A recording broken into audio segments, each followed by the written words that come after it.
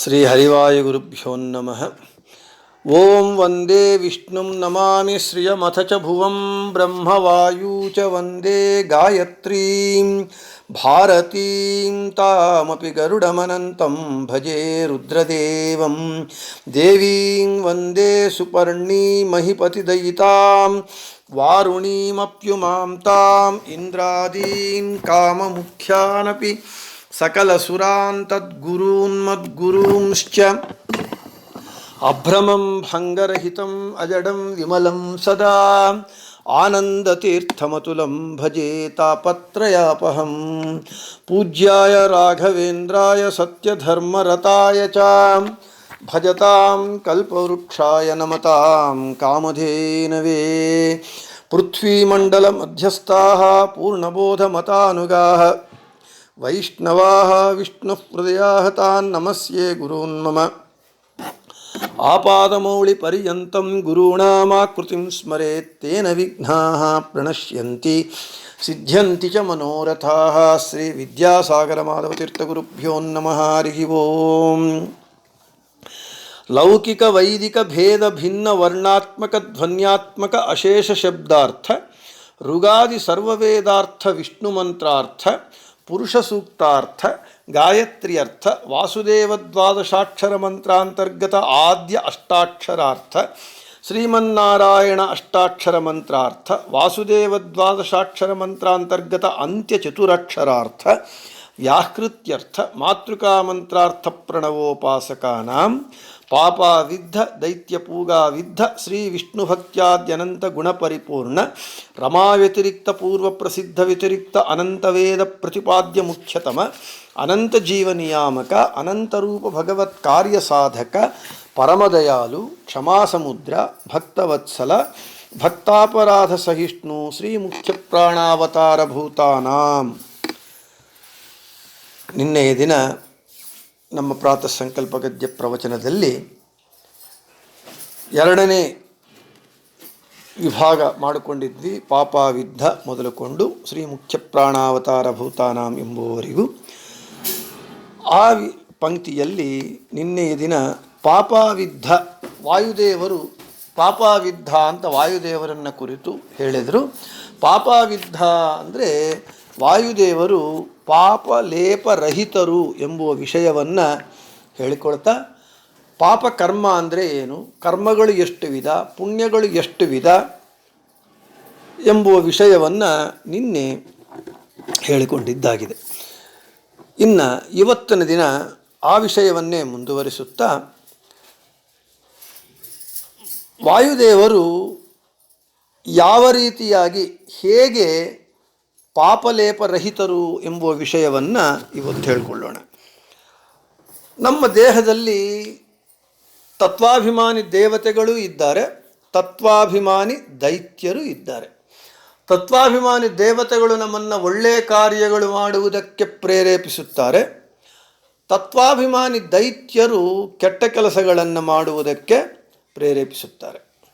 ತತ್ವಾಭಿಮಾನಿ ದೇವತೆಗಳೆಲ್ಲರೂ ಕೂಡ ಅನಾದಿ ಕಾಲದಿಂದ ಅಪರೋಕ್ಷ ಜ್ಞಾನಿಗಳೇ ಆಗಿರ್ತಾರೆ. ಅವರು ಅಪರೋಕ್ಷ ಜ್ಞಾನಿಗಳು ಆಗದೇ ಇದ್ದರೆ ಆ ಪದವಿಗೆ ಬರುವುದಕ್ಕೆ ಸಾಧ್ಯವಾಗುವುದಿಲ್ಲ. ನೈವ ದೇವಪದಂ ಪ್ರಾಪ್ತ ಬ್ರಹ್ಮದರ್ಶನ ವರ್ಜಿತಾ ಅಂತ ಹೇಳಲ್ಪಟ್ಟಿದೆ. ಇನ್ನು ಇವರಿಗೆ ಸಾಧನೆ ಅಂತಂದರೆ ಭಗವದ್ರೂಪಗಳ ದರ್ಶನ ಮಾಡುವುದರಲ್ಲಿ ಹೆಚ್ಚು ಹೆಚ್ಚು ಸ್ಫುಟತ್ವ, ಸ್ಪಷ್ಟತ್ವ, ಅಧಿಕ ಸಂಖ್ಯೆಯಲ್ಲಿ ಭಗವದ್ರೂಪಗಳ ದರ್ಶನ ಇದೇ ಅವರಿಗೆ ಸಾಧನೆಯಾಗತ್ತೆ.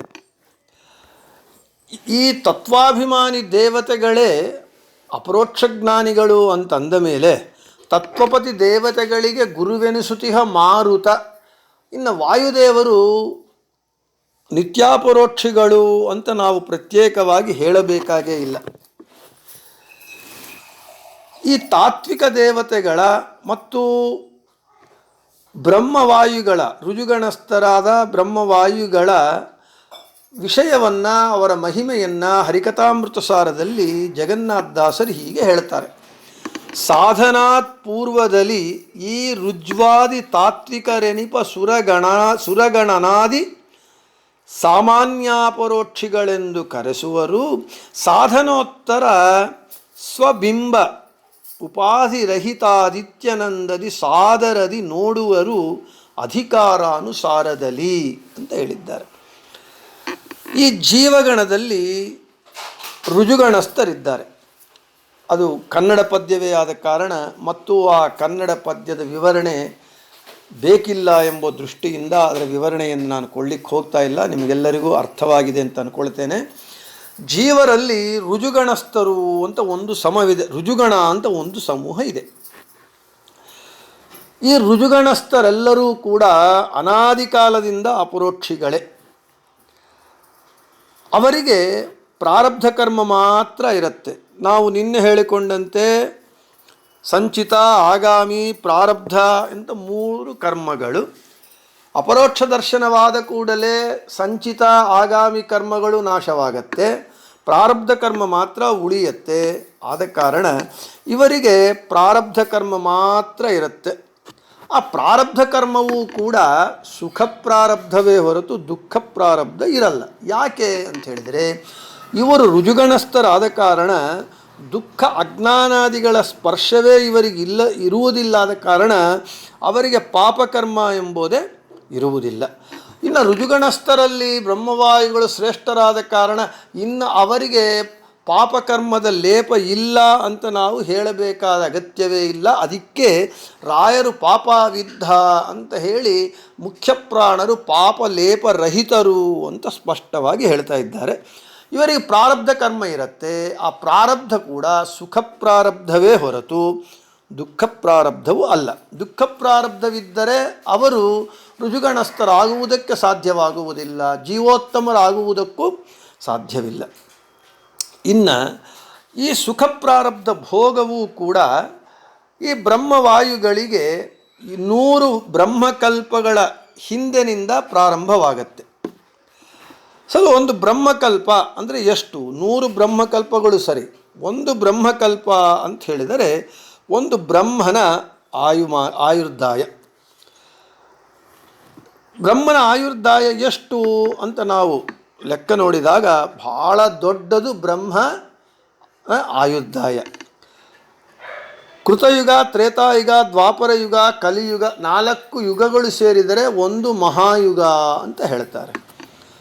ಕೃತಯುಗದ ಪ್ರಮಾಣ ವರ್ಷಗಳು 17,28,000, ತ್ರೇತಾಯುಗ 12,96,000, ದ್ವಾಪರ ಯುಗ 8,64,000, ಕಲಿಯುಗ 4,32,000.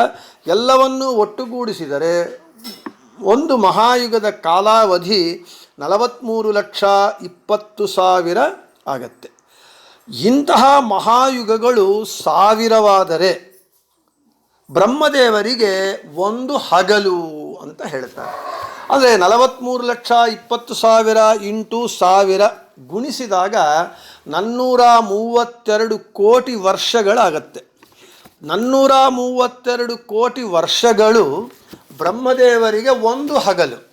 ಅಂತಹ 432 ಕೋಟಿ ವರ್ಷಗಳು ಇನ್ನೊಂದು ಕಳೆದರೆ ಬ್ರಹ್ಮದೇವರಿಗೆ ಒಂದು ರಾತ್ರಿ. ಒಂದು ಹಗಲು ರಾತ್ರಿ ಸೇರಿದರೆ ಒಂದು ದಿನ. ಅಂದರೆ 864 ಕೋಟಿ ವರ್ಷಗಳಾದರೆ ಬ್ರಹ್ಮದೇವರಿಗೆ ಒಂದು ದಿನ. ಇಂಥ ದಿನಗಳು 360 ಆದರೆ ಒಂದು ವರ್ಷ. ಇಂಥ ವರ್ಷಗಳು 100 ಆದರೆ ಅದು ಬ್ರಹ್ಮನ ಆಯುರ್ದಾಯ.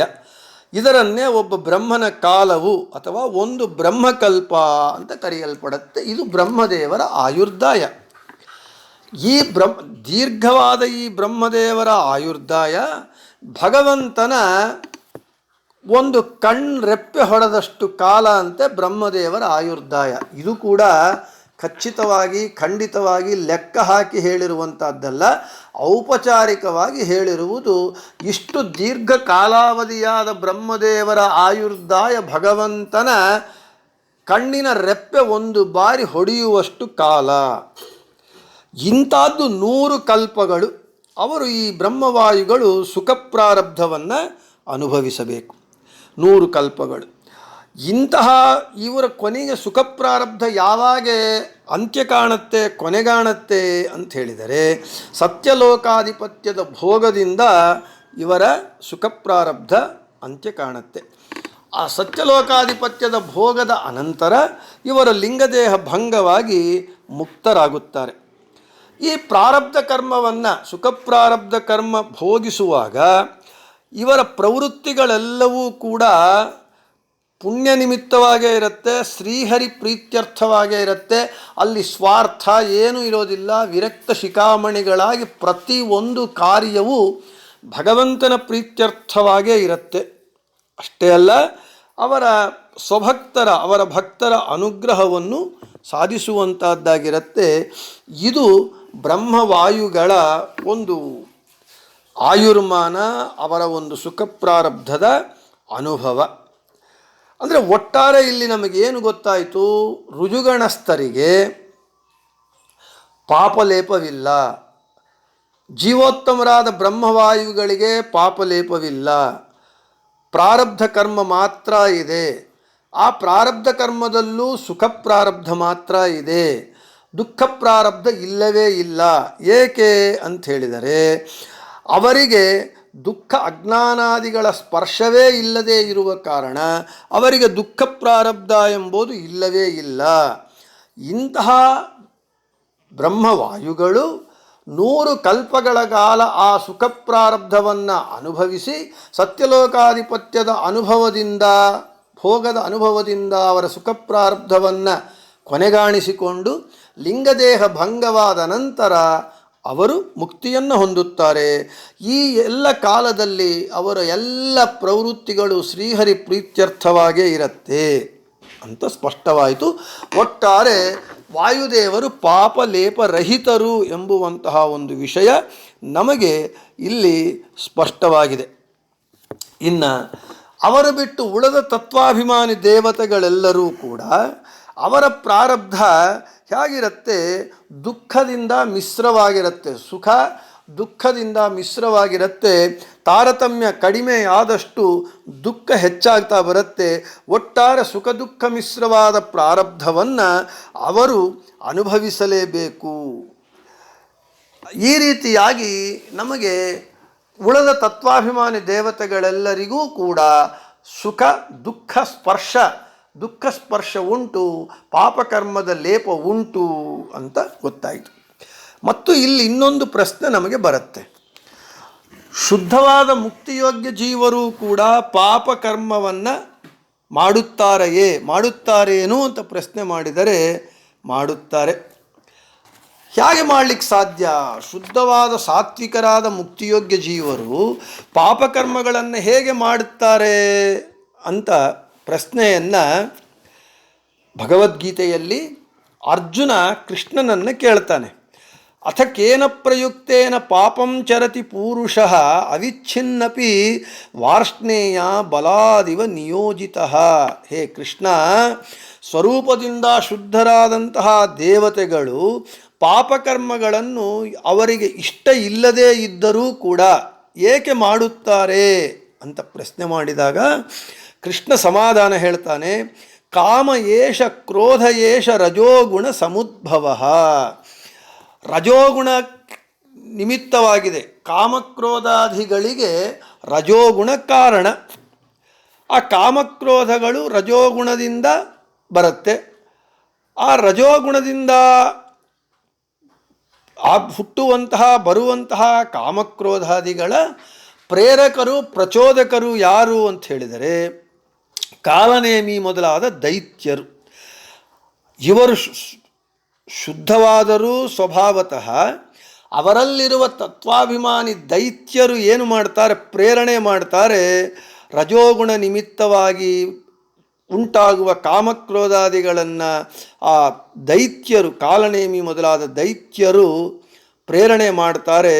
ಆದ ಕಾರಣ ಮುಕ್ತಿಯೋಗ್ಯ ಜೀವರಾದ ದೇವತೆಗಳು ಪಾಪಾಚರಣೆ ಮಾಡುವುದಕ್ಕೆ ಕಾರಣರು ಯಾರು ಅಂದರೆ ತತ್ವಾಭಿಮಾನಿ ದೈತ್ಯರು, ಕಾಲನೇಮಿ ಮೊದಲಾದ ದೈತ್ಯರು ಅಂತ ನಮಗೆ ಕೃಷ್ಣ ಸ್ಪಷ್ಟವಾಗಿ ಉತ್ತರವನ್ನು ಕೊಡ್ತಾ ಇದ್ದಾನೆ.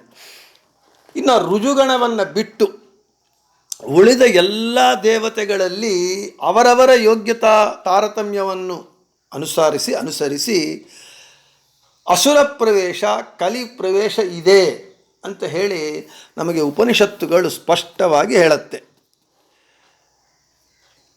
ಇದಕ್ಕೆ ಒಂದು ದೃಷ್ಟಾಂತವನ್ನು ಛಾಂದೋಗ್ಯ, ಬೃಹದಾರಣ್ಯ ಮತ್ತು ಐತರೇಯ ಉಪನಿಷತ್ತುಗಳಲ್ಲಿ ಒಂದು ವಿಷಯವನ್ನು ಇಲ್ಲಿ ಹೇಳ್ತಾರೆ.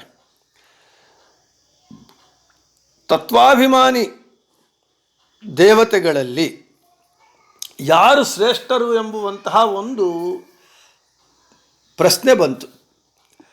ಆವಾಗ ಒಂದು ಒಪ್ಪಂದವಾಯಿತು ಅವರಲ್ಲಿ.